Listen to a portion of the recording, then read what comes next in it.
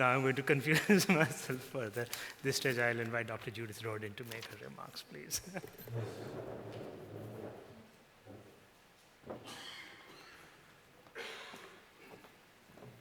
Well, that's okay. It feels like things that happen in families, and whenever I'm at events like this, it feels kind of like a family reunion to see so many people working in food security and agricultural productivity. Certainly for us at the Rockefeller Foundation, whether it's been in the southern United States or the rice fields of Southeast Asia or the maize fields of Mexico, for more than 100 years, we've been deeply engaged in promoting food security and certainly in elevating agricultural productivity.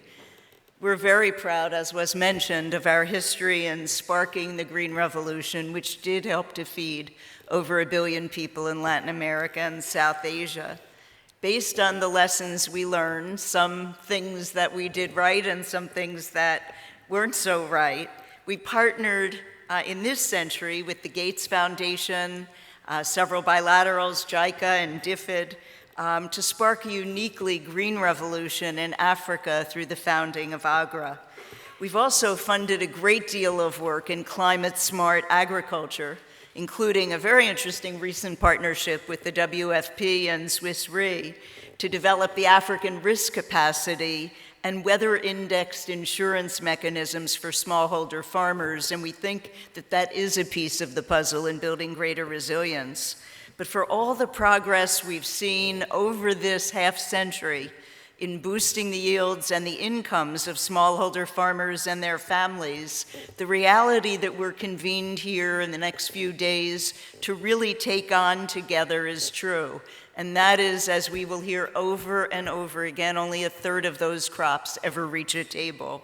Whether it's due to lack of storage options or whether it's due to barriers to market, this is somewhere between a 15% to 20% loss in incomes for smallholder farmers, not to mention the profound implications that this has for food security, which means the most vulnerable populations are hit twice.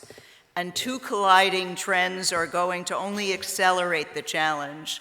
First, as Joe mentioned, the global population is growing. It will reach nearly 10 billion by 2050.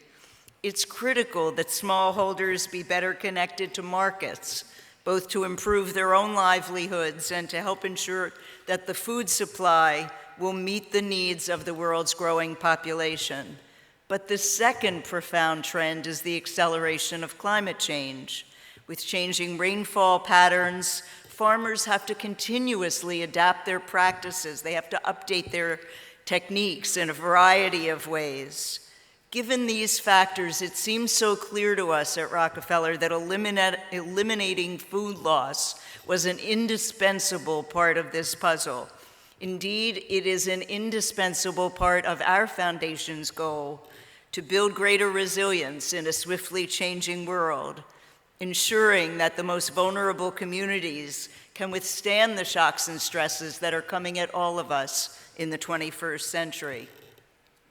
But the work on food loss is also integral to Rockefeller's other strategic goal, and that is to promote more inclusive economies, to ensure that prosperity is more broadly shared, especially for those around the world who face the greatest barriers to opportunity.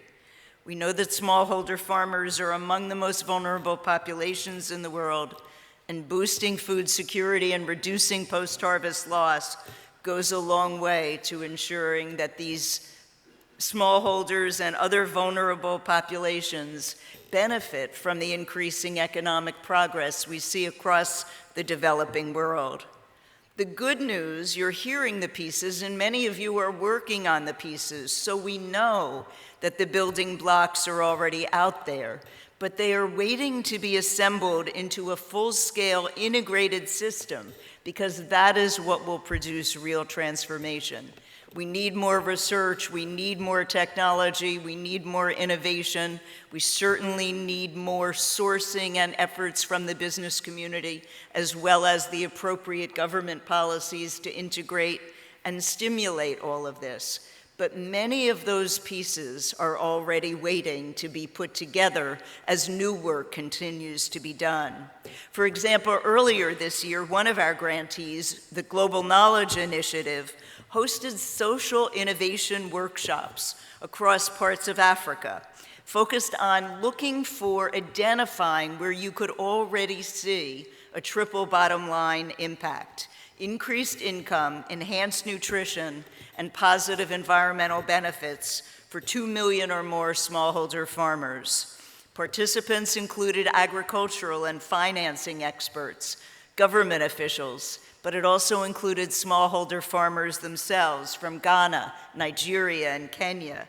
And they uncovered 590 distinct opportunities to reduce post-harvest loss and identified more than 200 innovations already in place. From there, we at Rockefeller identified 10 big wins, from reducing financial risk to scaling the use of innovative low-cost storage, processing and handling technologies, which are informing our new work on waste and spoilage and climate-smart agriculture. The point is, we are not starting from scratch here, but just because solutions exist doesn't mean they will reach farmers, and it doesn't mean they will benefit farmers. And that is part of the work that we have to do. And to do that, as I said, we need to focus on the whole system, and we need leadership from every sector, from academia, from government, from development, and from the private sector. We must do more, and we can do more together to make sure that the innovations and the interventions already underway are reaching the farmers who can benefit from them the most, while we continue to do more research, to develop newer policies, to focus more on other business practices. I urge you to keep at the heart of our discussions what we also can do, however, with what we already know. Thank you so much.